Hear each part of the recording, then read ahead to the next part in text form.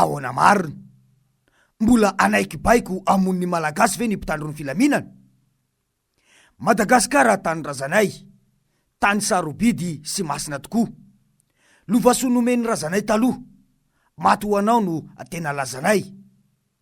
Irantolom-panafahana taona 1770 maneo fa any malagasy Madagasikara. Loza nefa no miseho. Aty amin'ny 17 taona izay voalaza fa niverenan'ny fahaleovantena, dia teratany Frantsay no mitondra any Madagasikara. Miverina zanatany ankolaka ny firenena. Porofo mitohoka amin'ny tendany, ny zavatra nitranga tao Antsirabe. Androany sabotsy fa 17 ny volana Jona ireny. 7 andro mialohan'ny fankalazana ny andro niverenan'ny fahaleovantena malagasy no naseho ny mpitondra fa tsy mbola afaka ny malagasy. Voageja amin'ny lafiny maro, eny fa nahatramin'ny fahafana mivezivezy sy maneho hevitra amin'ny taniny. Nomena baiko toy ny Senegal fahaizay amon'ny malagasy tompo-tanindrazana ny mpitandro ny filaminana. Any ka tonga hatramin'ny fandratrana sy famononan'ny malagasy mpiray tanindrazana aminy. Atraiza no fetrany ny fampiasan'ny tafika malagasy ny fitaovam-piadiana izay lanjainy? Natao amononan'ny malagasy ve ireny? Atraiza no tena fiarovan'izy ireo ny fiandranam-pirenena izay fotom-pian'izy ireo?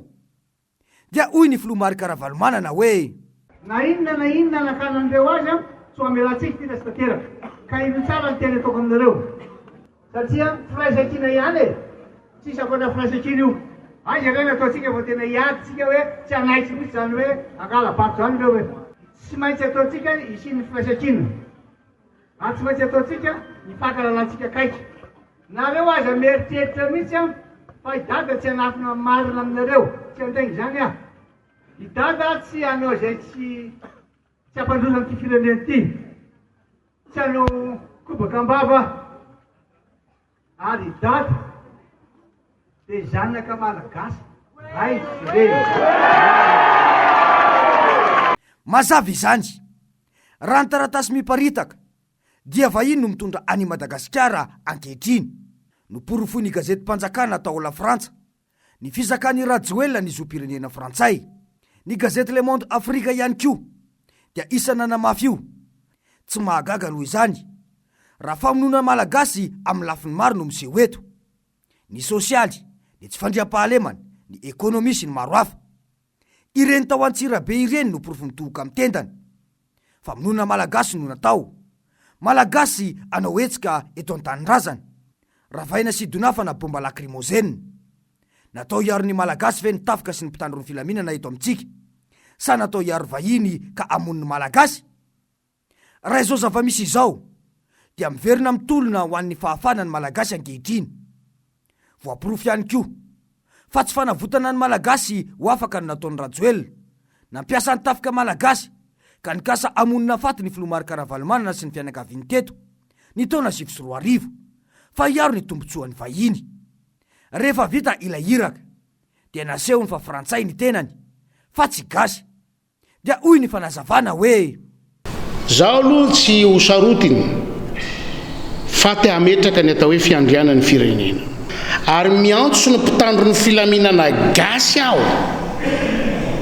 Raiso ny adidy, raiso ny andraikitra, miantso ny ACC raha tany misy lalàna marina Madagasikara, lalam-panorenantsika ampiaro re araky ny andininy 220 mangataka ampiaro lalàna io, tsy tadiavana iniza, tsy tadiavana aniza fa fampiarana ny lalàna. Raha tsy miatra io lalàna io dia prêtre kobakoba koa ny ACC. Raha tsy mampiatra lalàna, lalam-panorenana no resako eto, andininy 220 mangataka ny ampiarana an'io. Tomponantoka ianareo fa zay tsy lefitra. Tomponantoka ianareo fa zay tsy lefitra. Tsy ho anaiky hoentiny vazaha mihitsy zay, na ino idona eto, na ino itranga eto, tsy ho anaiky zay.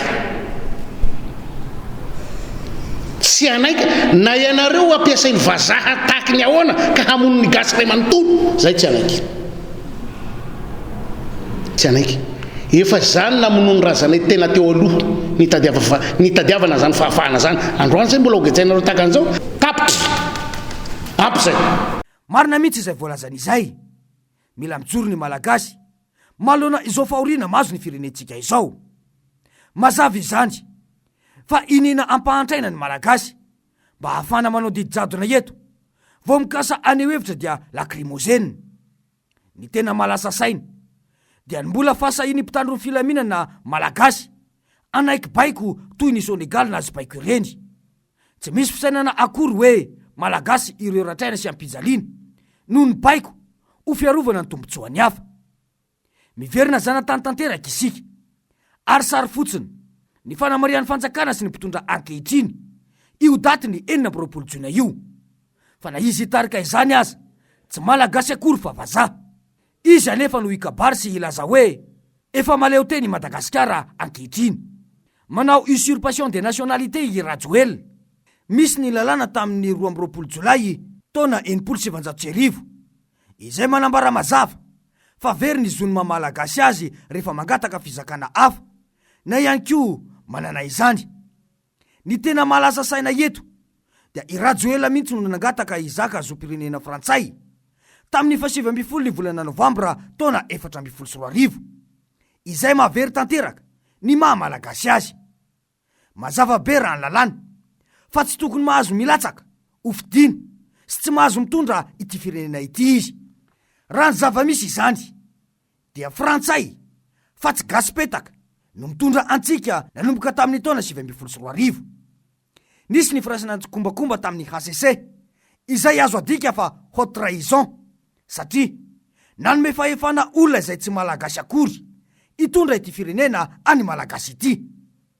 Vokany izao no mahazo ny malagasy ampahantraina, ampahoriana, andaingana sy vetsevetsena, tipazana fotsombary kely sy ampanaovana tombola, dia gejainy amin'ny tafika izay voakaraha miaro tombotsoa tahaka ny seho tamin'ny fanjanahantany ireny.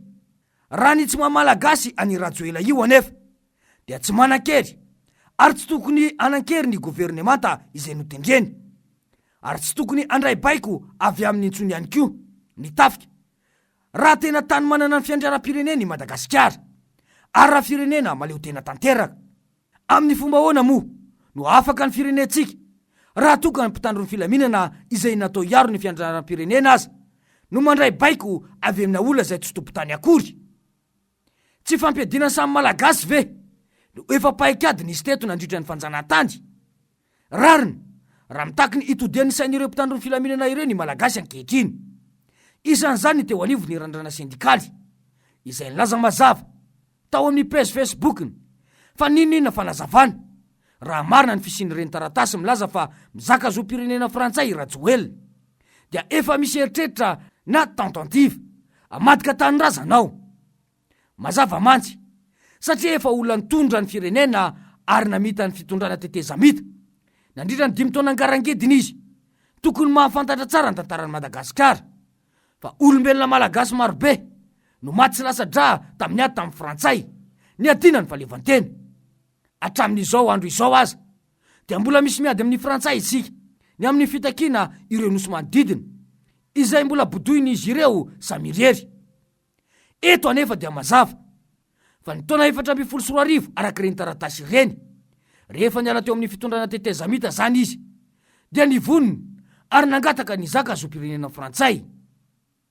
Ninona toy n'izany na iainana na ampiasaina na tsy io zom-pirenena frantsay io dia tsy maintsy misy ny fampiresana marobe tamin'ny fitondrana frantsay izay midika mazava fa hatramin'izay nazahoany io fizakana zom-pirenena frantsay io. Noho izany efa misy ny tentative na fikasana amadika tanindrazana ao anatin'izany.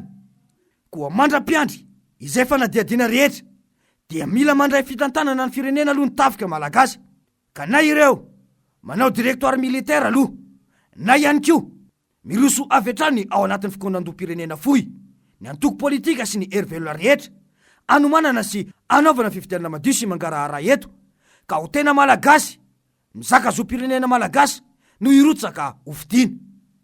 Ry tafika malagasy any aminareo no mitodika ny vahoaka malagasy ankehitriny. Alamino aloha ny firenetsika fa tafiditry ny mpanany bohitra ary aoka izay ny fampijaliana ny malagasy tompo-tanindrazana fa ahoana mariny.